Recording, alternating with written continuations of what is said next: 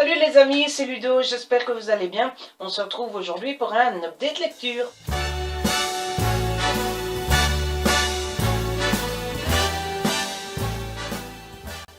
Et on va pas trop traîner puisque j'ai pas moins de 5 livres à vous présenter dans cette update lecture. J'ai plutôt de la chance en ce moment puisque j'enchaîne les bonnes lectures. Ça fait presque un mois et demi que je ne suis plus tombé sur une déception ou sur un mauvais livre, donc je suis plutôt content. Et le premier livre que j'ai à vous présenter, c'est Incision de Marc Rabe aux éditions Point. L'histoire, c'est Gabriel qui a 8 ou 9 ans, je pense, qui se retrouve à l'entrée de sa cave dans laquelle il n'a pas le droit d'aller parce que son père refuse que quiconque y aille. Pour une fois, la porte est ouverte et évidemment, comme tous les petits garçons curieux, il s'aventure dans la cave. Et puis voilà, on se retrouve 20 ans plus tard. Il a oublié, il est devenu amnésique, il a oublié ce qui s'est passé dans cette cave. Il est marié et sa femme se fait enlever par un fou furieux. Il faut le dire, le méchant dans ce livre-là est un vrai psychopathe. Et le méchant dit à Gabriel que pour retrouver sa femme, il va falloir qu'il se souvienne de ce qui s'est passé dans cette fameuse cave quand il était petit. C'est une course contre la montre parce que la femme se fait enlever, je crois que c'est début novembre. Et le ravisseur menace de la tuer le 13 octobre. Le 13 octobre, c'est la date à laquelle le petit est descendu dans la cave. Donc voilà, c'est l'histoire de ce livre, de ce thriller qui est génial. Je ne me suis pas ennuyé une seule seconde, j'ai vraiment été pris dedans. L'ambiance est très très prenante. Il y a parfois même des moments très sombres, très prenants. J'ai vraiment eu des frissons à certains moments. Et puis à la fin, comme dans chaque thriller, c'est le moment que je préfère. Il y a cette fameuse confrontation entre les victimes et le méchant, vous savez, quand ils se retrouvent tous et que toute l'histoire est racontée depuis le début, etc. C'est vraiment le moment que je préfère, c'est vraiment le moment à chaque fois que j'attends. Et il y a ce moment dans ce livre-là, et franchement, j'adore. Je ne peux que vous conseiller ce thriller si vous l'aimez. Et puis si vous n'aimez pas le thriller, c'est le moment ou jamais de vous y mettre. Franchement, vous pourriez tomber amoureux du genre en lisant ce livre-là. Donc n'hésitez pas, Incision aux éditions Point.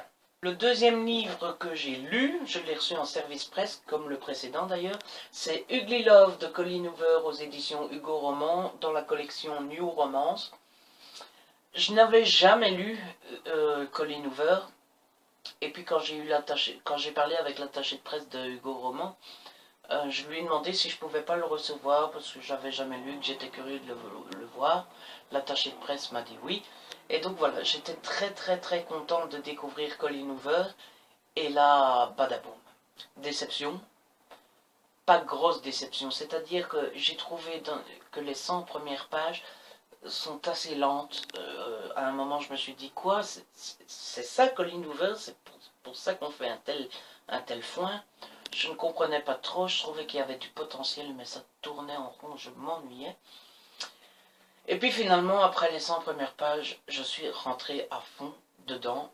C'est une romance très bien écrite, très prenante, très à la limite triste. L'histoire de Miles, le personnage principal, est vraiment triste. Ça donne vraiment un cachet à cette romance. Elle m'a arraché une petite larme. Donc voilà, franchement, j'ai eu beaucoup de mal au début. Est-ce que c'est pour ce roman-là ou est-ce que c'est la patte de Colleen Hoover, j'en sais rien.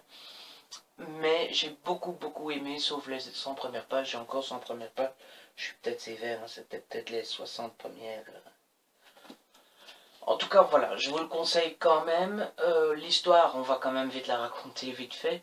C'est l'histoire de Miles et Tate. Tate tombe tout de suite amoureuse de Miles, mais Miles ne veut pas s'engager parce qu'il a eu une histoire assez triste dans le temps. Donc Miles lui propose à Tate de ne pas sortir ensemble, mais d'avoir une relation de sex friends. Donc il n'y a que du sexe dans cette relation-là. Tate accepte, mais très vite on voit que ça... Allez, ils sont vraiment amoureux, il n'y a que Miles qui ne veut pas s'en rendre compte, et puis forcément tout au long du livre on va se rendre compte qu'il tombe au fur et à mesure amoureux. Et franchement, j'ai adoré. Donc voilà, je vous le conseille fortement. Même si j'ai été déçu par les 100 premières pages, je crois que c'est vraiment personnel. En lecture commune avec mon ami Alex, je crois que je vous ai déjà parlé d'Alex.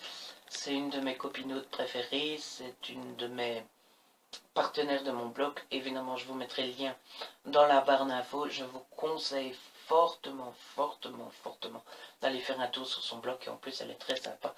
Donc ça ne gâche rien.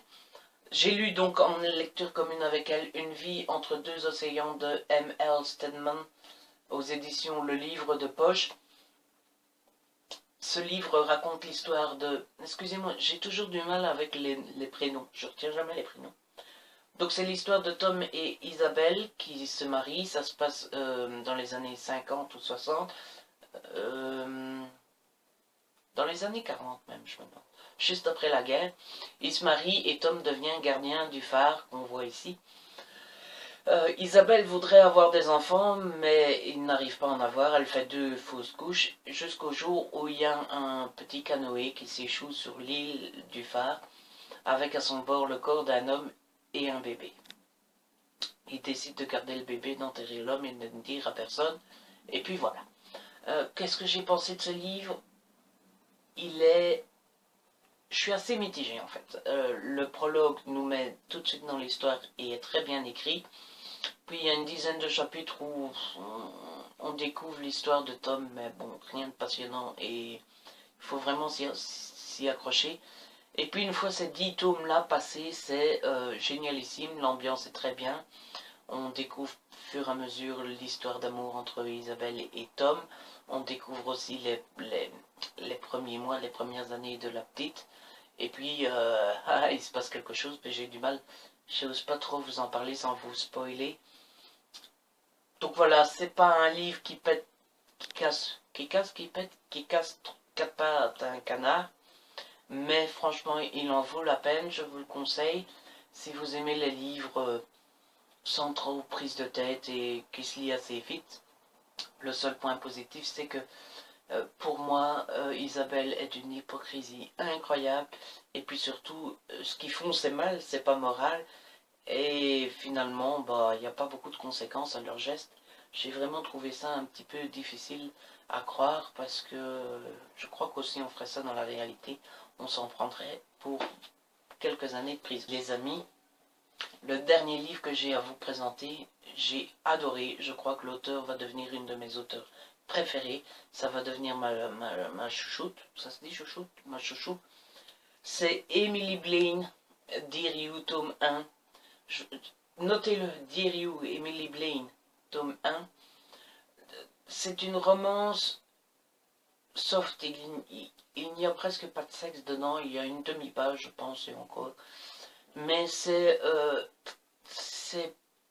mieux amené qu'une romance normale, c'est-à-dire que il n'y a pas du sexe toutes les 2 phrases, il n'y a pas le arrête de te battre la langue toutes les 2 phrases aussi comme dans 50 nuances de gris, il n'y a pas du sexe après 4 pages, c'est plutôt bien amené. Donc en fait l'histoire c'est Kathleen qui est hôtelière et elle va recevoir comme client Andrew Black. Andrew qui est en fait un richissime client qui va tomber amoureux de Kathleen et qui va tout faire pour tomber amoureuse d'elle. Il va lui faire des avances, mais il va aussi lui offrir des fleurs, des bijoux, l'inviter à un repas, à un gala, etc. Et puis Kathleen, eh ben, c'est le défaut de ce livre, elle hésite, elle tourne en rond. Et j'ai l'impression que c'est le code de ce genre littéraire, c'est l'hésitation. Les héroïnes, pardon, j'ai du mal à parler. Les héroïnes ont toujours du mal à se lancer, hésitent tout le temps, et franchement, parfois c'est un peu long. On en a parfois un peu marre, surtout qu'on sait comment ça se passe. Je lui ai mis un 9 sur 10 sur le blog. J'ai vraiment beaucoup aimé. Je vous le conseille. Que vous aimez les romances ou non. Si vous n'aimez pas les romances, prenez-le juste pour ce qu'il est, c'est-à-dire un livre sans prise de tête, qui se lit très vite et qui fait du bien au moral. Et donc j'ai lu le tome 2 de Dear You d'Emily Blaine. C'est toujours très bien écrit, j'ai toujours adoré, j'ai lu les 2 tomes en 2 jours, même pas. Euh, la différence dans ce tome-ci, c'est que Kathleen et Andrew Black sont évidemment ensemble, il y a donc un peu plus de sexe. Je dirais pas que c'est une romance normale, mais c'est pas une romance érotique non plus. Je dirais que c'est un petit peu des deux, c'est entre les deux, c'est semi-érotique, on va dire. Il y a, je sais pas moi, une dizaine de scènes de sexe et j'ai trouvé les scènes de sexe assez bien. C'est moins cru que dans 50 nuances de gris, par exemple. L'ambiance a changé aussi parce que le couple est menacé, un petit peu comme dans 50 nuances de gris aussi, je ne sais plus si c'est dans le 2 ou dans le 1 quand ils se font menacer. C'est la même chose dans celui-ci. Et puis les lettres, je vous avais pas parlé dans le premier, Kathleen est aussi en correspondance par lettre avec un amoureux secret. Donc ces lettres étaient présentes dans le tome 1 et l'est dans le tome 2 aussi. Donc voilà, je ne peux que vous conseiller cette romance. Elle est très bien écrite, elle se lit très vite, elle n'est pas prise de tête. Je crois que c'est parfait pour Noël, au pied du sapin, pour le lire, etc. C'est très très bien fait, je vous le conseille énormément. Voilà, c'est la fin de cette update lecture. J'espère que je vous aurai donné envie de les lire parce que moi je les ai adorés. Si vous aimez cette vidéo, n'oubliez pas de commenter, de partager ou de liker. Et évidemment, abonnez-vous. On se retrouve très vite pour une prochaine vidéo. D'ici là, prenez soin de vous et de ceux que vous aimez.